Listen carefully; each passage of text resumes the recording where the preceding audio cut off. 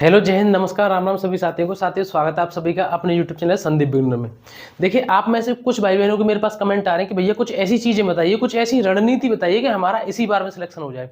तो मतलब बहुत अच्छे तरीके से मैं आपको सारी चीजें बताने वाला हूं जो आपकी कांस्टेबल की वैकेंसी निकली है 60,244 के ऊपर। अगर आप पहली बार तैयारी कर रहे हैं तब भी, अगर आप पहले से तैयारी कर रहे हैं तब भी, ठीक है। जो मैं चीजें बता रहा हूं बिल्कुल बहुत अनुभव से और बिल्कुल अच्छी चीजें बता रहा हूं। अगर आपने इस तरीके से कर लिया ना तो ये चीज वीडियो देखने के बाद आपको फील हो जाएगा कि हाँ सच में अगर हमने इस तरीके से कर लिया तो हमारा सिलेक्शन इसी बार बिल्कुल श्योर हो जाएगा, ठीक है। तो वीडियो को शुरू करने से पहले मैं आपसे बस इतना कहता हूं, अगर आपके लिए मैं इतनी मेहनत मन से कोई चीजें बता रहा हूं तो आप 1 सेकंड का काम इतना तो कर ही सकते हो कि वीडियो को एक बार लाइक करके चैनल को जरूर सब्सक्राइब कर दें, ठीक है। और दूसरी बात, हमारे टेलीग्राम ग्रुप है उसको जरूर ज्वाइन कर लें। उसकी जो लिंक है मैं डिस्क्रिप्शन में दे दिए, पढ़ाई संबंधित कोई अपडेट होती है मैं उस पर डाल देता हूं। तो चलिए हम इस पर बात करते हैं। देखिए, आपको पता है कि हमारी जो वैकेंसी आई है वो आई है 60,244 पदों पर। अपने आप में बहुत बड़ी वैकेंसी है। अगर आपका इसमें भी सिलेक्शन नहीं हुआ तो ये बिल्कुल श्योर मान लेना कि आपके अंदर ही कुछ ना कुछ कमी है। इससे बड़ी भर्ती आपको इतनी जल्दी दोबारा देखने को मिलेगी नहीं, ठीक है। अब मैं बताऊं आपको रणनीति के ऊपर। जो मेन चीज होती है ना सिलेक्शन की, जो मेन जो मतलब एकदम बिल्कुल की होता है सिलेक्शन का, वो होती है रणनीति। आपकी स्ट्रेटेजी आपकी कैसी है। आपने बहुत सारे ऐसे देखे होंगे आपके मिलने वाले, आपके घर परिवार में, आपके नाते रिश्तेदारी में कहीं भी, कि बहुत सारे ऐसे भाई बहन होंगे जिनको आप देखते होंगे बहुत ज्यादा पढ़ते हैं वो, लेकिन बहुत ज्यादा पढ़ने के बाद भी उनका सिलेक्शन नहीं हो पाता।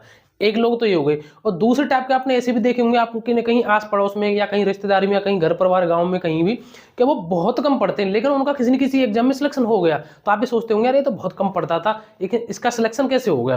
तो आप सोचते होंगे ये इसकी लक है, किस्मत है, या कुछ और है, या इसने कहीं कुछ और करवा लिया। देखिए, मैं आपको बताऊं, अभी ये चीज मैं आपको बताता हूँ। सारा कुछ ना रणनीति के ऊपर रहता है। ऐसा नहीं है कि आप मतलब 18-20 घंटे पढ़ेंगे तो आपका सिलेक्शन श्योर हो जाएगा। अब मैं आपको बताऊं, आपको पता है कि आपके कांस्टेबल में 4 सब्जेक्ट हैं, मैथ है, रीजनिंग है, हिंदी है और जीके है। आपको पता है जो टोटल आपके प्रश्न बनेंगे वो बनेंगे आपके 150 क्वेश्चन। 150 क्वेश्चन बनेंगे और 150 से ही आपके नंबर, ठीक है, 150 ही मार्क्स आपके होंगे इस पेपर में। आपको पता है कि इसमें मैथ में 38 प्रश्न आते हैं, रीजनिंग में 37, हिंदी में 37 और जीके में आपके 37 प्रश्न आते हैं।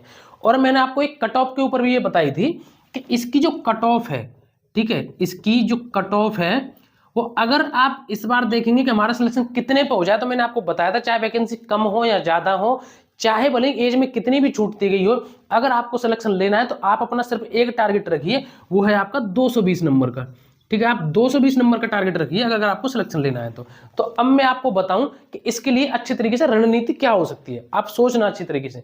देखो, 4 सब्जेक्ट हैं, इसमें से अगर मैं आपसे पूछूं कि जो सबसे ज्यादा इजी सब्जेक्ट आपको कौन सी लग रही हो, अगर आप मुझसे पूछ लो या मैं आपसे पूछूं तो आपका भी यही जवाब होगा कि एक तो रीजनिंग और एक हिंदी। तो यहां हम हिंदी के सबसे पहले तो 37 प्रश्न कर लेते हैं, ठीक है। ये तो हो गए आपके 37, ठीक है। और एक प्रश्न आपको पता है 2 नंबर का है, 37 तो ये हो गई, तो ये हो गए आपके 74, ठीक है। ये 74 नंबर तो आपके ये हो गए। अब बात आती है रीजनिंग की। तो देखिए, रीजनिंग में 37 प्रश्न तो आते हैं, लेकिन प्लस आपको बताऊं कि यहां पर जो मैथ के 38 प्रश्न हैं, इसमें से मैथ के यानी कि एक लेवल भी तो होता है ना अपना, कि मैथ का लेवल ये होता है, ऐसे प्रश्न आते हैं, रीजनिंग का ये होता है। तो मैथ के लेवल के जो प्रश्न आते हैं वो आते हैं 19। बाकी के जो 19 प्रश्न बचे वो बिल्कुल रीजनिंग की तरह ही आते हैं, यानी कि बिल्कुल उनमें रीजनिंग की तरह लॉजिक लगते हैं। तो इस तरीके से जो रीजनिंग के प्रश्न हो जाते हैं टोटल, वो हो जाते हैं आपके 30-40 और ये टोटल हो गए आपके 56, ठीक है।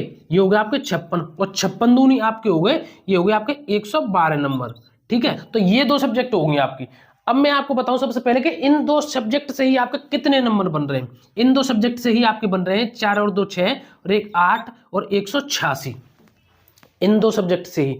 अब एक बात बताऊं मैं आपको, इन 2 सब्जेक्ट से ही 186 नंबर बन रहे हैं, जबकि टोटल पेपर जो आपका है वो है आपका कहां गया, वो है आपका 300 नंबर का। ये मैंने यहां पर गलत लिख दिया है, वो आपका 300 नंबर का होगा, ठीक है।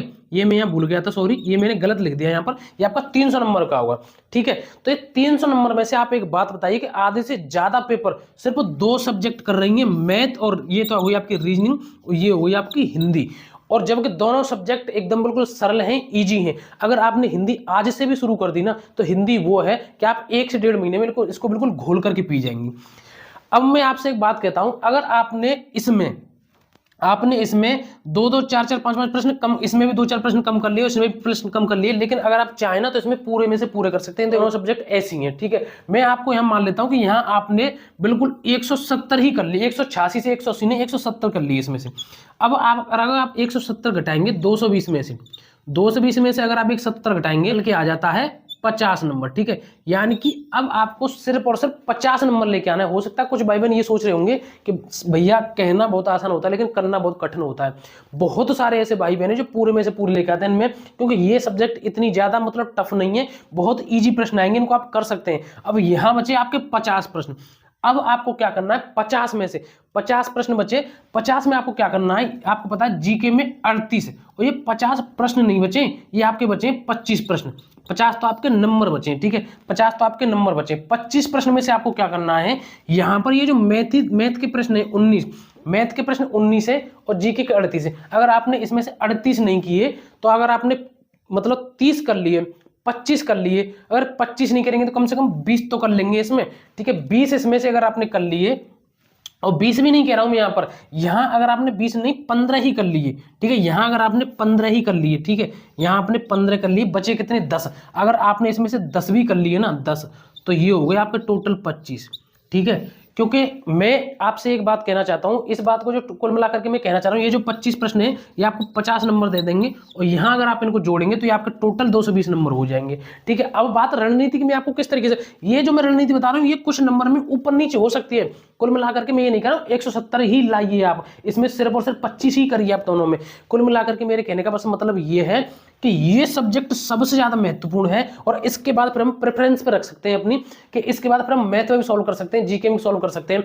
रणनीति का मतलब होता है, अगर आपने ये सोच लिया ना कि मैं तो जीएस में कोशिश करूंगा कि पूरे 38 में से 38 लाना है और पूरी याद कर लूंगा, पूरी याद करूंगा और पूरी एकदम कंप्लीट करने की सोचूंगा, तो आपको बता दूं एक बात, 38 दूनी कितने हुए, 38 दूनी हो गए आपके 76। ठीक है, आप इन 76 के पीछे ना ये बाकी के जितने भी प्रश्न बच रहे हैं, जितने भी नंबर बच रहे हैं, इनको खराब कर लेंगे। तो इसलिए होता है, ये होती रणनीति। आप इसमें पढ़िए अच्छी तरीके से, चीजों को याद करिए, जो आपको याद नहीं हो रही है उनको लिख लिख करके याद करिए, लेकिन जो सबसे ज्यादा जरूरी उन सब्जेक्ट को विशेष करके ध्यान दें। ठीक है, तो इसलिए हमको सबसे ज्यादा जो प्रेफरेंस पे रखनी है अपने पे, वो एक तो आपकी हिंदी और रीजनिंग, ये तो बिल्कुल एकदम घोल करके पी जानी है। रही बात मैथ की, आप इतना मतलब मैथ का दिमाग में हुआ मत बनाइए। आपको मैंने बता दिया कि 38 प्रश्न में से 19 लगभग ऐसे हैं, आप उनमें से 10-12 तो कर ही सकते हो ना। अगर आपने उनमें से 10-12 प्रश्न भी कर लिए तो आपका काम चल जाएगा, और आपने अगर अच्छी तरीके से पी/क्यू भी लगा लिया ना, पी/क्यू भी, तो भी आपको काम चल जाएगा। बस इसमें कैलकुलेशन करनी होती है, आप अपनी कैलकुलेशन अच्छी तरीके से करिए, जोड़ घटा गुणा भाग वर्ग वर्गमूल, इनको कैलकुलेशन करते रहिए, इनको याद करते रहिए, बस आपका इतने से ही हो जाएगा। ठीक है, तो ये सारी चीजें हैं, तो इसलिए मैं आपसे कह रहा हूं कि आप रणनीति बना करके इस तरीके से तैयारी करिए।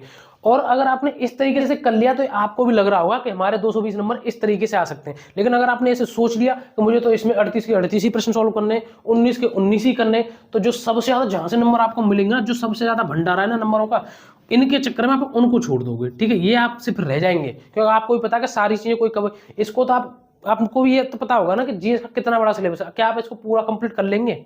मैं ये नहीं कह रहा आप नहीं कर सकते, कुछ भी संभव है, कर सकते हैं, लेकिन ऐसा नहीं है कि फिर आप इसको करने के बाद आपका सिलेक्शन हो जाएगा। सिलेक्शन आपका सभी सब्जेक्ट को करेंगे तब होगा।